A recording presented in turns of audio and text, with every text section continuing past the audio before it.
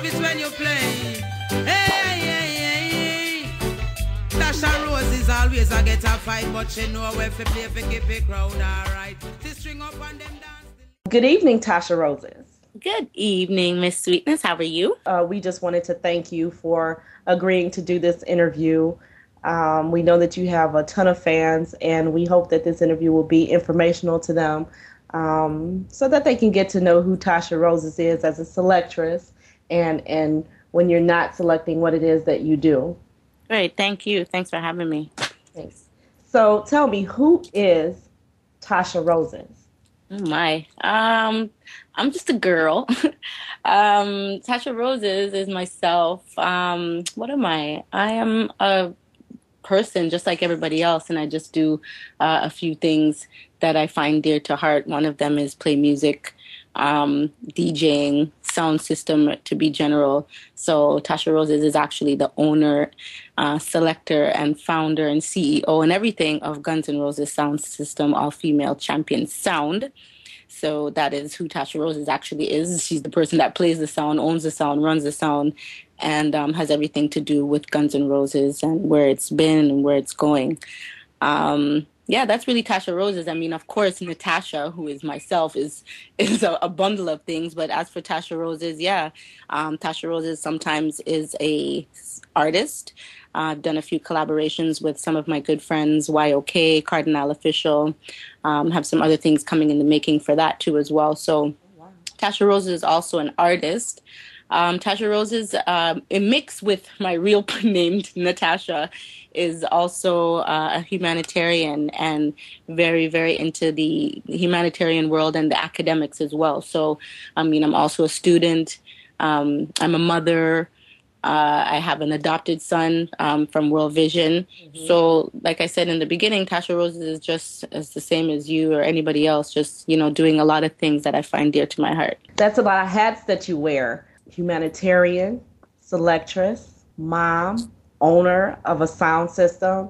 Let's try to break this down a little bit. What motivated you to become a selectress? What motivated you to become part of the sound industry? A lot of things motivated me, but if we just take it back to just how, you know, day by day motivation, I'm around, you know, a lot of people just growing up, you know, coming up, you're into music. Everybody likes music. So it starts just being a regular party patron, you know, so I'm going to parties. I like music. But then, you know, doing the music and singing and doing all those other things that I kind of dabbled in just from growing up, mm-hmm. I was more interested in the fundamentals, if you may, of sound and music. I mean, I was going to clubs when I was 15, 16, 17, but it wasn't clubs. It was halls and, you know, the places where they're keeping parties and stuff like that. And while I'm there, the role of the females mostly were either, you know, you're there with another guy or you're just, you're a dancer or, you know, you're in a girl kind of crew. And not to say none of those things weren't me, but right. That wasn't really me at that. That wasn't sparking my plug, you know. Right. I was really into just the whole dynamics of those guys around the song. Like, what are they doing? What's that guy doing? Like, what the hell are they doing? Like, that was what was... I've seen dancing. I've danced. I've, you know, had my fun and stuff like that. So after a while, that's what happens when you go out too early.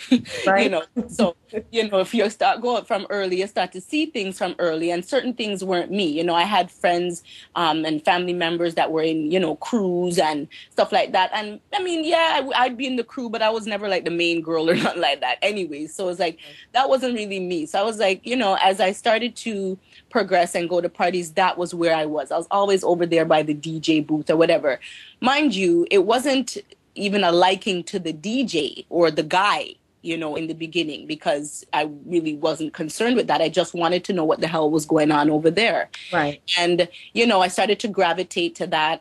I would go to Jamaica, come back, you know, people would say, oh, you're never getting a bodyguard cassette because, you know, we're from Clarendon. So, you know, and I'm like, what's that? Like, what's a bodyguard cassette? then I must say, the song. And then I started to put two and two together from going away and coming back from 14, 15, you know, and saying, oh, it's sound system and it's DJ, but in Jamaica is a different thing, is a sound. And because, you know, I would hear songs on the top 40 over here. And then when I hear them in Jamaica, it's the same song, but it's on a different rhythm. rhythm, or some get to find out what is a dub plate and all these things. And because I'm trying to be cool, you know, them would have say, you know, a bodyguard cassette. I say, yeah, man, I have one. So I make sure when I go to Jamaica, now I get a bodyguard cassette. And I started to understand, oh, so that's what it is. And then I just got from that to, you know, listening to the tapes, you started to like certain sounds.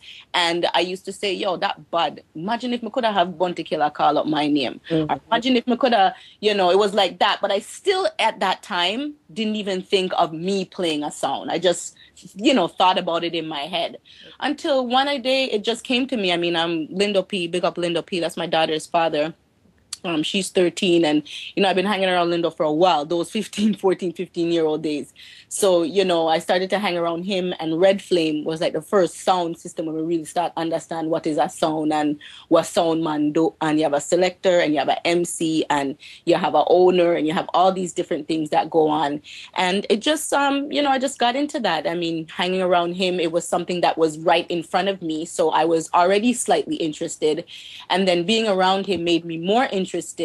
And then just having feedback from him and people around him where they would say, yo, Tasha, you have it, you know, and, you know, you should do it. And I'm like, for real, you think? And, you know, when they go out, I would be in the basement and I play around. And I was like, yeah, man, this is cool. And it just went from that to where I am now.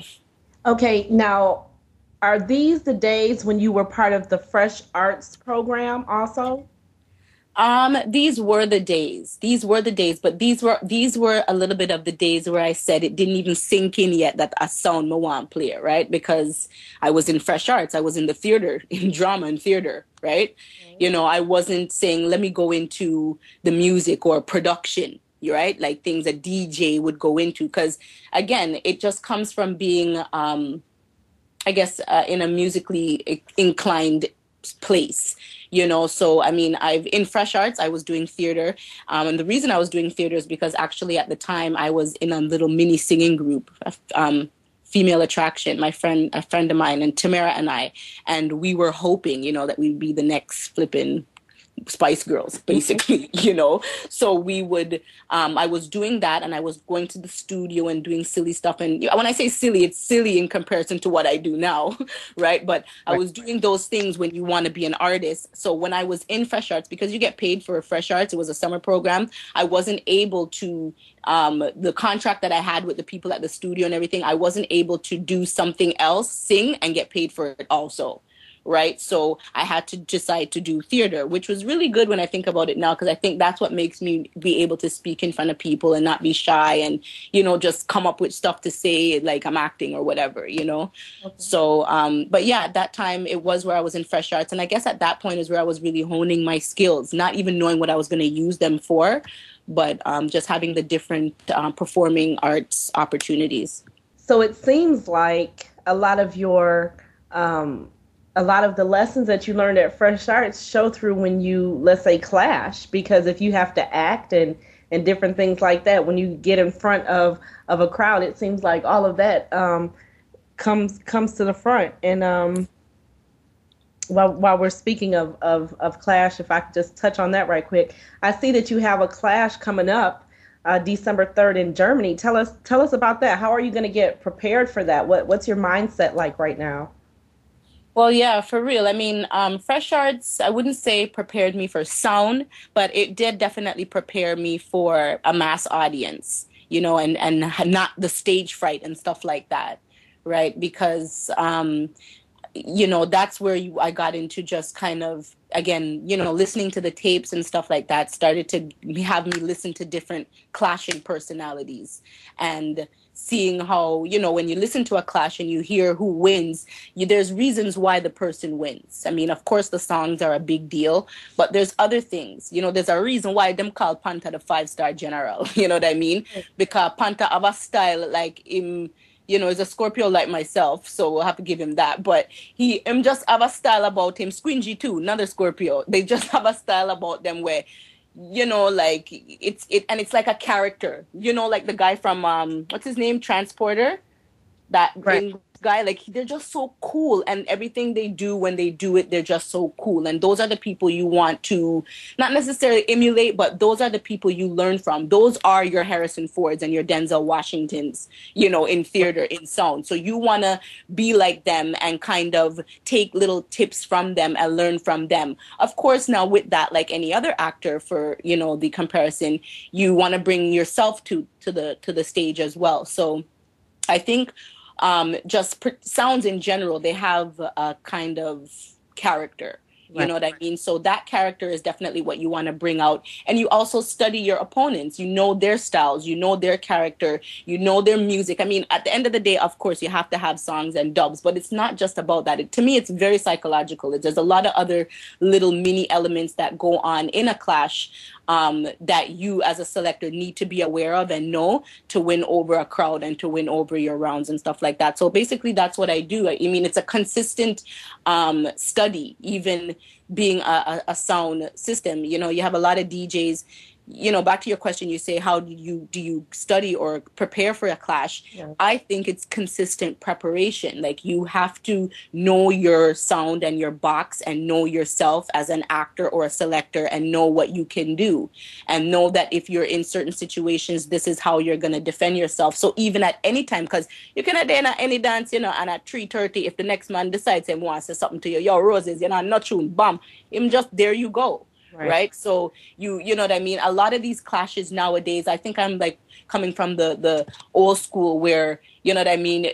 When I'm in a force ripe war is something we build up over time. So, you know what I mean? So you know when it'll come. You know when it's coming because you feel it coming. So you know when to get your guard up and you know when to have your guard down type of thing. So for me, I don't want to say I'm always prepared, but yeah, man, I'm always prepared. Like, I'm always in my head back that you have competitors and they might be out there for you. So you have to be, you know, ready to defend yourself. And in business now, you might get that call where they say, yo, our clash for you, ROZEZ December, Germany. You have to be smart about the battles you're going to choose. You get enough call for war. I'm not an idiot. You know what I mean? Right. So when I'm not to say this clash is an easy clash either, but it fits what I'm doing right now and it fits where I am right now. And it's something that I could manage 50-50. I'm going to say 90-10 still. Right? But you know what I mean? Right? So I think for me, that's how I prepare. It's a consistent preparation and, you know, again, knowing your battlefield and knowing your whole, I guess, world war, knowing which battles out of that world war to go into and which ones to kind of not go into. Because, you know, you can prepare yourself all you want. If you're not ready, you're just not ready. As you're speaking, I'm imagining that there must be some adversities that you face because you're a female, an attractive female, a very intelligent, highly skilled female in a male-dominated industry. What are some of the adversities that you face, if there are any? Oh, yeah, there's lots. I mean, it's like a double whammy almost in a way. Like, you know, you can't get the job if you don't have experience, and then you can't get experience if you don't get the job. It's because you're a female. So in a male-dominated industry, one would feel that you may... When I started to play sound, I always thought, oh my God, all these guys are going to be like my little brothers and they're just going to take care of me. No. Not even my baby father business about me in a certain time of the day. Me and Linda play together regular. And it's not to say he does anything to outshine me or anything like that, but yo, him not do nothing for unshine himself. Right? So it's like, you have that thing where as a female you may feel that you're gonna have that support naturally because you're a female, and then you don't get it.